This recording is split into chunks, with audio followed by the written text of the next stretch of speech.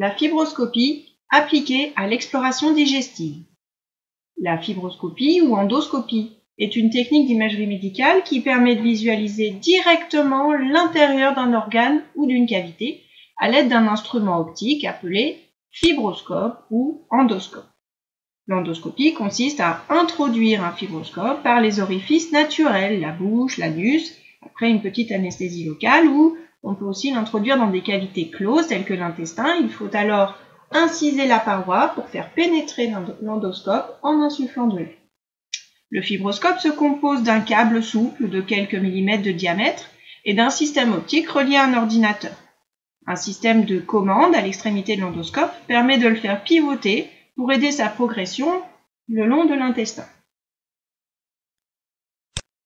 L'endoscope est muni d'une source lumineuse, d'une mini-caméra et d'un orifice par lequel on peut introduire des instruments chirurgicaux tels que des pinces afin de réaliser des prélèvements biologiques. Quels symptômes amènent le médecin à prescrire une fibroscopie? Ils peuvent être diverses.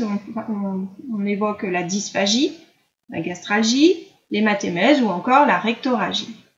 Selon l'organe exploré, on parle de gastroscopie quand on étudie l'estomac ou encore de coloscopie lorsqu'on étudie le côlon. La fibroscopie permet de diagnostiquer différentes inflammations, des ulcères ou encore une hernie hiatale, c'est-à-dire le passage de l'estomac au-dessus du diaphragme. Ça permet aussi de diagnostiquer la présence de polypes, des petites tumeurs bénignes qu'on a assez fréquemment au niveau de l'intestin. La fibroscopie permet aussi des interventions chirurgicales. On peut donc réaliser, on l'a dit tout à l'heure, une biopsie, c'est-à-dire prélever un fragment de tissu afin de l'étudier en anatomocytopathologie. On peut aussi réaliser l'ablation d'un petit organe, par exemple, on peut faire une appendicectomie. Et enfin, on peut traiter localement une tumeur au laser. Les risques liés à cette technique sont assez limités. Il s'agit surtout d'un inconfort pour le patient, puisque lorsque l'on introduit une sonde dans le pharynx, ça gêne un petit peu la respiration. C'est pourquoi on fait une anesthésie légère. Les endoscopies sur les cavités closes sont plus invasives, ce qui augmente le risque d'infection, qui reste toutefois assez marginal. Assez récemment,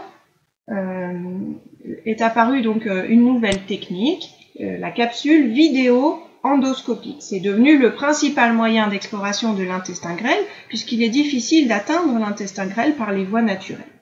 La capsule vidéo endoscopique, c'est une sorte d'appareil photo numérique capable de prendre de 2 à 8 images par seconde. Elle est toute petite, elle fait la taille d'une gélule d'antibiotiques et on peut donc facilement l'avaler. Contrairement à l'endoscope, elle ne peut pas être dirigée depuis l'extérieur, mais elle va progresser, comme les aliments, tout au long de l'appareil digestif, sous l'effet des contractions normales de l'intestin.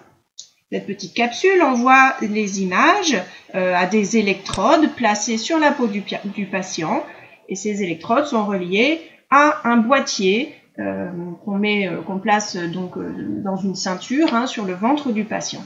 Au bout de 7 heures environ, on considère que l'examen est complet et le dispositif d'enregistrement est enlevé. Donc la capsule vidéo est utilisée principalement en cas de présence de saignement chronique.